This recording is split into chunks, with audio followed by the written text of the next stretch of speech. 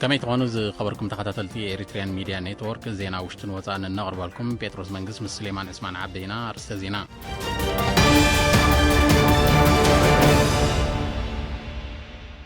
لوغ إرترا أب مبل عسران حدن فلي وعلى فتسامي بيت مغرب منستراتن فليات وعلاتاتن بايتو حبرة أفريقيا تساتفون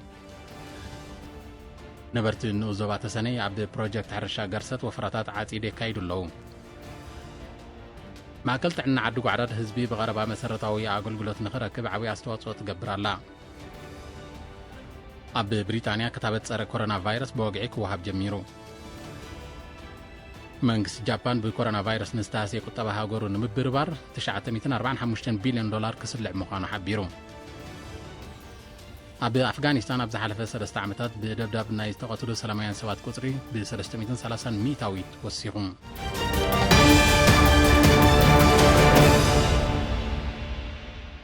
أب زوبا دبوب أبزركب موشب مأكلات مال شوعة تحساس بستقبره ناي لابراتوري مرمراتات 10 شوعة زيغاتات بكورونا فيروس ملكافهم ترقاقيتهم زوم أب زحلفة قربا سامنتات بفنو كاب إثيوبيا استملسو زيغاتات بملؤهم أب موشب مأكل اندا قرقيس تعاقيبهم تصنحيهم من قصاص زبي كاب حدا هاجرنا بكالب درجة زوبانا تأكيدو كانتلو وحزي كاب إثيوبيا سودان جيبوتن يمنن بمريتن بحرن بفنو زملسو زيغاتات سلزي قوارتة زاقيتنا بإرترا نايستملسو زيغاتات قطري 22640 بتيح اللهم أزي كمزيل كله الفيروس ترقيبهم أب هوسبيتالات زوبا دبوب تعاقبهم حكمنا وكن كجبر لهم تصنحوا 9 زيغاتات حاويهم من بيتهم تفانيهم بز مسرت أب إرترا تقلال قطر بكورونا فيروس تلخف زيغاتات كساب لومي 649 بتيح اللهم 517 كابزيهم بستقبر لهم حكمنا وكن حاويهم زي تفانوا وقونوا كله 232 دما جنا أب هوسبيتالات تعاقبهم يركبون بقوامي وكيل إرترا بحبرة أفريكان كتباو كوميشن حبرة هاجرات أفريكان أمباسادر أرايا دستا استمرحلو خيرترا بكلتا تحساس أب مبل 20 حدن فلي وعلى فتسامي بيت مغرب منسترات كومون بحاموشن 6 تحساس أب كلتا فليات وعلاتات بايتو حبرة أفريكا تساتفون كان علما نايت بمانزا استخايد مبل 20 حدن فلي وعلى فتسامي بيت مغرب منسترات ناب فليات وعلاتات بايتو حبرة أفريكا زقربون ندف سندات نمتصفافي نيرون بز مسرت بحاموش تحساس تقايد مبل 13 فلي وعلى بايتو حبرة أفريكا ننصا زباوي عداقة أفريكا بزملكت وسانن دنقاق جوهانسبرغن بمصداق نقسقاس مسرح تقبار نايتي نصا زباوي عداقة زملكت سبساب تملكتو كساب حجي ب34 هاجرات كم صدقه بمحباركا كاب حدا طريق 2021 قبراو نقداو نطفتات زبا نصا عداقة أفريكا كجمر توسين الله زي كمزيل كله بشدشة تحساس كلتاشن عسران استخايدة مبل 14 فلي وعلى بايتو حبرة أفريكا أب مسرح تقباره مبقع تتصاوتات أب أهجر أفريكا زبلتيما حبرة أفريكا زتكورين بز مسرت نقسقاس مسرح تقباره مبقع تتصاوتات أب أهجر أفريكا زملكت صبصاب دحر مملكت مسرح تقباره مبقع تتصاوتات أب أفريكا زملكت وسانن دنقاقة جوهانسبرغن أصليق الله أبتي وسانن دنقاقن شتو مبقع تتصاوتات أب أفريكا كرقاقت تنقطات قجتات باقو فتح كرخبو أمونغو هاجراتن أبو وشتا هاجرن زقاتمو قجتات بسلام قباب كفتحو صقاتاتن عدلاتن نخلو كفالات حبرتسب بمعارك مغارحو زي حقاو مسقارات صوارك عقات نايدقا متتتاو أبو قدايات أفريكا دو كبل أدلاي كم زخانة الزوت تناتزي بدرجة هاجر زواتاتن أهقورن بعتب كسرحالو كم زدلي سفير يركب بتوسخي نتي أب كلتاشن 10 شوعتن زصدقنا أب كلتاشن 20 كودا زنبرون نمبقع تصاوتات أب هجر أفريكا زقبر تصعري زملكت مرحا غدنا حبرة أفريكا نتوسخي 10 عامتات مالت كاب كلتاشن 21 كساب كلتاشن 30 كناوح توسين الله نبرتن وزبات السني بزناب كرامات أب بروجكت حرشا قرصت نزلمع أكل بوفرا يعصد اللوم أبت بروجكت كيلا حرشا أتو محر هايلن إيرينا بزابو حبريتا لوم زبن أب قرصت كلتاش هكتار مشيلا بلتوغن سمسمن كم التزرقه بزنبره تور كرامات دما مبزحتو صبوق كم زفريق تغيسو أبزو وانزي بوود تساتفو هزبن أبالات حيلتات مكل خالني إكب كم زلو غاليسو نتو فراز مرح زلو أب ممحدار نوزوبات السنة حلافي مكتتال ممحدارات كبابي أتو تصفى ميكائيل منقست أب وغنو أبتو فرا كاب حموشتا ممحدارات كبابز تواسعه العلي 600 عام سب إنها تساتفه أدمع سرح يعمم كم زلو أرقاقيتهم وفارو بجيديهم زتوهبهم مدب سرح أب حتصير جيزان منزام توديبهم أب سومن كلتا جيزان نوفرو بتوفاينة يسرحو كم زلو حبيرهم ኣቐዲሞምን ኣብቲ ከባቢ ዝርከቡ ኣባላት ሓይልታት ምክልኻል ተመሳሳሊ ወፈራ ኣካይዶም ምንባሮም ዝዝከር እዩ ፕሮጀክት ሕርሻ ገርሰት ካብ ኮሌጃት ንዝተመረቑ መንእስያት ቦታ ግብራዊ ትምህርቲ ኮይኑ ከም ዘሎ ክኢላታት ይሕብሩ ኣብ ኑዞባ ጋላ ነፍሒ ተደኪና እትርከብ ማእከል ጥዕና ዓዲ ጓዕዳድ ኣብዚ ብምክንያት ቅጥዕታት ምክልኻል ኮቪድ-19 ምንቅስቓስ ህዝቢ ካብን ናብን ተገቲሉ ዘሎ እዋን ህዝቢ ብቐረባ መሰረታዊ ኣገልግሎት ንኽረክብ ዓብዪ ኣስተዋፅኦ ትገብር ኣላ እታ ማእከል ጥዕና ክታበት ህፁፅ ረድኤት ሕክምና ተመላለስቲ ሕሙማት ወለንታዊ ምርመራ ከምኡውን ምክትታል ጥዕና ኣዴታትን ህፃናትን ዘጠቃልል ኣገልግሎታት ከም እትህብ ዝሓበረ ሓላፊ ጨንፈር ሚኒስትሪ ጥዕና ኣብቲ ኑዞባ ነርስ ምስጉን ዮሃንስ ኣብዚ ሒዝናዮ ዘለና ዓመት ንልዕሊ 8,000 ህፃናት ፀረ 12 ሕማማት ክታበት ከም ተዋህበ ገሊጹ ነርስ ምስጉን ኣስዒቡ ኣብ ዝሓለፈ ዓመት ካብ ዝነበሩ 21 ሕሙማት ቲቢ እቶም 18 መድሃኒቶም ብግቡእ ስለ ዝተኸታተሉ ሙሉ ብምሉእ ካብቲ ሕማም ነፃ ከም ዝኾኑ ኣረጋጊጹ ተገልገልቲ ኣብ ዝሃቦ ርእቶ ኣብታ ማእከል ጥዕና መሰረታዊ ኣገልግሎታት ከምኡውን ፍወሳን ምኽርን ስለ ዝረኸቡ ካብ ብዙሕ ሓልኪ ድሒኖም ከም ዘለዉ ሓቢሮም ኣብ ውሽጥን ወፃን ዝነብሩ ዜጋታት ዝተጸገሙ ወገናቶም ንምርዳእ ብውልቅን ብጉጅለን ዝገብርዎ ዘለዉ ደገፍ ኣብ ጀርመንን እስራኤልን ዝቕመጡ ኤርትራውያን ኣብ ኣቑርደትን ባርንቱን ዝርከቡ ጽጉማት ገንዘባዊ ሓገዝ ኣበርኪቶም እቲ ብጉድሳት ተቐማጦ እስራኤልን ኣብ ጀርመን ዝቕመጡ ወይዘሮ ኤላ ብርሃንን መሓዙታን ዝተበርከተ ገንዘብ ብጠቕላላ 39,000 ናቕፋ ኮይኑ 10,112 ናቕፋ ኣብ ኣቑርደት ሓደጋታት ዝናብ ንዝተሃስያ ክልተ ስድራ ቤታት ክዕደል እንከሎ እቲ ዝተረፈ 28,900 ድማ ኣብ ባርንቱን ዝርከቡ ኣረጋውያን ጽጉማት ከም ተመቃርሐ ወከልቲ ኤሪና ሓቢሮም እዚ ከምዚ ኢሉ እንከሎ ስሙ ክጠቅስ ዘይደለየ ተቐማጢ ኣቑርደት ንጽጉማት ወገናት ዝውዕል 10 ኩንታል እኽሊ 2 ኩንታል ሽኮር 50 ሊትሮ ዘይቲ ከምኡውን ናውቲ ጽሬት ኣበርኪቱ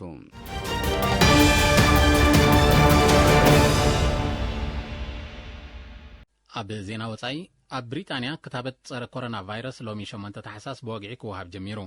ኣብዚ ኣብ ታሪክ ሃገር ዝዓበየ ምዃኑ ዝተገልጸ ዘመተ ክታበት ኣብ ተኣፋፊ ስራሕ ዝነጥፉ ኣባላት ጥዕና ኣረጋውያንን ቆልዑን ኣብ ቀዳማይ ገጽ ናይቲ መደብ ተሰሪዖም ኣለዉ ቀዳማይ ሚኒስተር ቦሪስ ጆንሰን እቲ መስርሕ ኣብቲ ተመዲብሉ ዘሎ እዋን ክዛዘም ምዃኑ ብምጥቃስ ክኢላታት ጥዕና ንዘርእይዎ ዘለዎ ጻዕሪ ሞጊሱ ብሪጣንያ ብኩባንያ መድሃኒት ፋይዘር ንዝማዕበለ ክታበት ፀረ ኮሮና ቫይረስ ኣብ ኣገልግሎት ከተውዕል ከም ዝወሰነት ዝሓለፈ ሰሙን ምሕባራ ይዝከር እቲ ተበግሶ ብደረጃ ዓለም መግቲ ተሳኢንዎ ንዘሎ ኮሮና ቫይረስ ንምቁፅጻር እወታዊ ተራ ክጻወት ከም ዝኽእል ክኢላታት ጥዕና ይሕብሩ ብሪጣንያ ብኮሮና ቫይረስ ብከቢድ ካብ ዝተሃስያ ሃገራት ዓለም ምዃና ዝጠቐሱ ጸብጸባት ኣብታ ሃገር ልዕሊ 1.6 ሚልዮን ከም ተለኽፉን ልዕሊ 61,000 ከም ዝሞቱን ይገልጹ መንግስቲ ጃፓን ብሰንኪ ኮሮና ቫይረስ ንዝተሃሰየ ቁጠባ ሃገሩ ዳግም ንምብርባር 945 ቢልዮን ዶላር ክስርልዕ ምዃኑ ቀዳማይ ሚኒስተር ዮሺሂዳ ሶጋ ኣፍሊጡ ዝዓበየ ክፋል እቲ ባጀት ኣብ ምርጋእ ማሕበረ ቁጠባውን ጥፈታት ህዝቢ ብሓፈሻ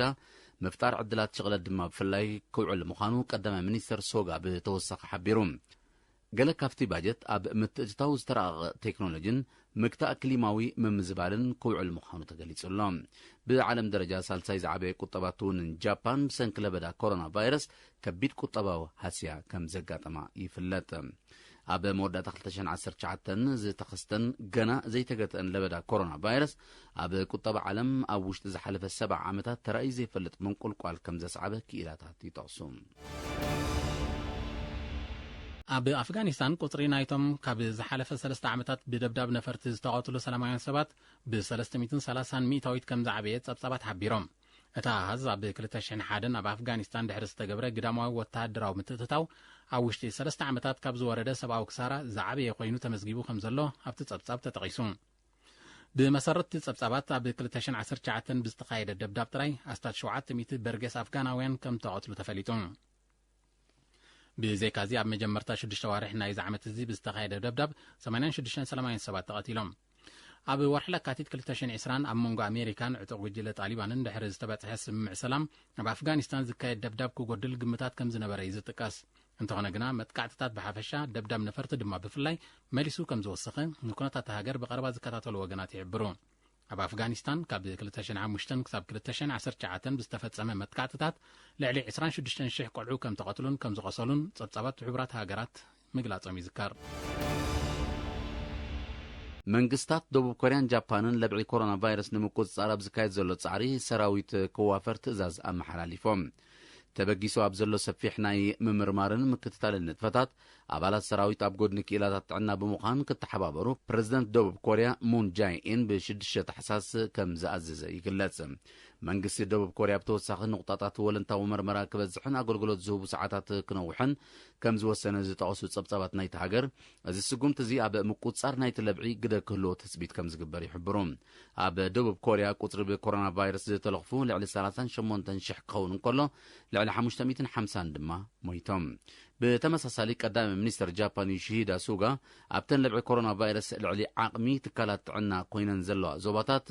ሆካይዶን ኦሳካን ኣባላት ሰራዊት ዝኾኑ ሞያውያን ጥዕና ተዋፊሮም ነቲ ሕፅረታት ክሽፍኑ ትእዛዝ ኣመሓላሊፉሎም። መንግስቲ ጃፓን ዕለታዊ እናዛየደ ዝመጽእ ዘሎ ሓድሽ መልከፍቲ ሻቕሎት ዝፈጥር ምዃኑ ብምጥቃስ ኣድላይ ምስ ዝኸውን ተረርቲ እገዳታት ክውስን ከም ዝኽእል እዩ ዘጠንቅቕ ዘሎ። ኣብ ጃፓን ልዕሊ 160,000 ብኮሮና ቫይረስ ዝተለኽፉ ክህልው እንከለዉ ልዕሊ 2,300 ድማ ህይወቶም ስኢኖም። ኤውሮፓዊ ሕብረት ብጉዳይ ዳህሳስ ባህራዊ ጋዝን ሕቶ እጀታ ማያዊ ግዝኣትን ምብራቃዊ ማእከላይ ባሕሪ ኣብ ልዕሊ ቱርኪ እገዳ ክውስን ከም ዝኽእል ተገሊጹ። ኣብ ልዕሊ ቱርኪ ክውሰድ ዝኽእል ስጉምቲ ካብ ቀንዲ ኣጀንዳ ናይቲ ካብ ትማሊ 7 ታሕሳስ ጀሚሩ ኣብ ብራስለስ ዝካየድ ዘሎ ናይ ሚኒስትራት ጉዳያት ወፃኢ ኣኼባ ኤውሮፓዊ ሕብረት ምዃኑ እዮም ጸብጻባት ዝሕብሩ። ሚኒስትር ጉዳያት ወፃኢ ጀርመን ሃይኮ ማስ ኣብ ዝሃቦ ጋዜጣዊ መግለጺ ዘሎ ፍልልያት ብዲፕሎማስያዊ ዘተ ንምፍታሕ ተኸታታሊ ጻዕሪ እኳ እንተተኻየደ ቱርኪ ተካይዶ ዘላ ተኽታኺ ክብል ዝገለጾ ስጉምቲ ብዘይምቁራጹ ግን ኤውሮፓዊ ሕብረት ኣድላይ ስጉምቲ ክወስድ ዝደፋፍእ ምዃኑ እዩ ኣተንቢሁ። እንተኾነ ግን ፕሬዚደንት ቱርኪ ሬሲፕ ጠይብ ኤርዶጋን ሃገሩ በቲ ኤውሮፓዊ ሕብረት ዝገብረላ ዘሎ ጸቕጥን ምፍራህን ከም ዘይትንብርከኺ ገሊጹ ዘሎ። ፕሬዚደንት ኤርዶጋን እቲ ጉዳይ ንኹሉ ብዘርብሕ መዳይ ክፍታሕ ከም ዝኽእል ከም ዝኣምን ካብዚ ሓሊፉ ግን ሃገሩ ብእገዳታትን ካልእ ጸቕጥን ርዒዳ ካብ ረብሓታታን ዕላማን ከም ዘይትእለ ፍሊጡ። በዚ ድማ ጉዳይ ምብራቃዊ ማእከላይ ባሕሪ ካብ ቀንዲ ጂኦፖለቲካዊ ረብሓታት ዝጠንቁ መታፈንን ነጥቢ ኣብ ሞንጎ ቱርክን ኤውሮፓ ሕብረትን ኮይኑ ንዝመጽእ ዓመት ክቕጽል ምዃኑ ገና ብኣጉ ግልጽ ኮይኑሎ። ኣብ ምብራቃዊ ወሰናስን ኣውስትራልያ ተኸሲቱ ዘሎ ሓደጋ ባርዕ መሮር ካብ ቁፅር ወፃኢ ብምዃኑ ናብ ማእከል መስሕብ በጻሕቲ ዝኾነ ከባቢታት ገጹ ብምልሓሙ ኣማኢት ነበርቲ ናይቲ ከባቢ ካብ ቤት ንብረቶም ክመዛበሉ ከም እተገደዱ ተቓሊሑ። እቲ ኣብ ምፋርቕ ዝሓለፈ ወርሒ ጥቅምቲ ዘይሕጋዊ ንጥፈታት በጻሕቲ ዝጀመረ ባርዕ ብብርቱዕ ሙቐትን ደረቕ ንፋስን ተደፊኡ ልዕሊ 83,000 ሄክታር ከም ዝሃሞኸ ዝገለጹ ሰብ መዚ ሲቪላዊ ድሕነት ኣውስትራልያ ኣብ ትሕቲ ቁፅፅር ንምውዓል ልዕሊ 100 ኣባላት ኣሃዱታት መጥፋእቲ ሓዊ ብመጥፋእቲ ሓዊ መካይን ነፈርትን ተደጊፎም ጻዕርታት የካይዱ ከም ዘለዉ ኣረዲኦም። ኣብቲ ከባቢ ተኸሲቱ ዘሎ ልዕሊ 40 ዲግሪ ሴንቲግሬድ ዝበጽሕ ብርቱዕ ሙቐት ነቲ መስርሕ ኣጸንኪርዎ ከም ዘሎ እቶም ሰብ መዚ ብተወሳኺ ገሊጾም። ቀንዲ ጠንቂ ናይዚ ኣብ ኣውስትራልያ ብተኸታታሊ ዝኽሰት ዘሎ ሓደጋታት ባርዕ መሮር ተግባራት ወዲ ሰብን ክሊማዊ ለውጥን ዘስዓቦ ብርቱዕ ሙቐትን ምዃኑ እዮም ተመራመርቲ ስነ ኣከባቢ ዝገልጹ።